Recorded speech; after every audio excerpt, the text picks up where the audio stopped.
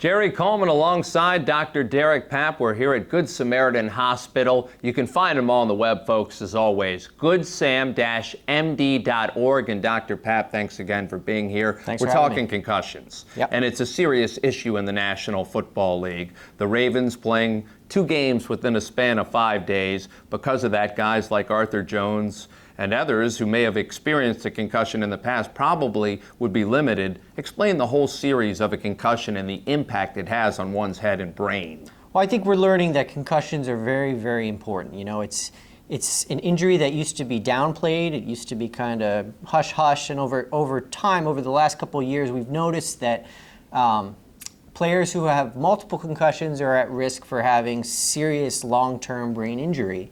And so there's been more and more of a push to make sure that everybody's completely better until you let them return to play. Walking around the Ravens complex and seeing some of these guys who have suffered concussions, I guess one of the best remedies is to stay away from all the noise and aggravation and the sunlight. I mean, I've seen guys wearing sunglasses, spend a week in a dark room. It's a terrible way to live a life, but it's your brain we're talking about. Yeah, I mean, it's important because it is a brain injury. It's just like any other injury. Like if you hurt your knee, you don't want to run on your knee. So if you hurt your brain, you want to avoid things that involve your brain. So players who have concussions, they typically avoid, lights. They avoid any kind of stimulation. So you're not watching TV. You're not playing with your cell phone. You're not playing video games. You're basically shutting everything down. I mean, you have college students that have the same kind of injuries, and they're actually excused from classes sometimes just so they don't have that kind of mental stimulation anymore.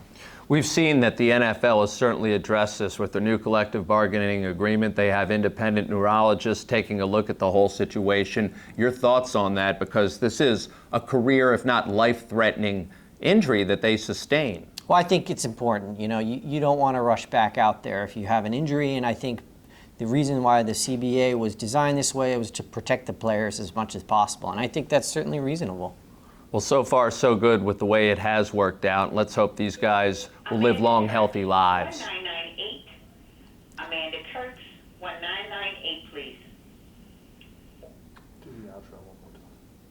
So far, it seems to have worked very well with this new league policy, and let's hope it continues because we're talking about people's lives. Dr. Papp, thank you. Thank you. Thank you.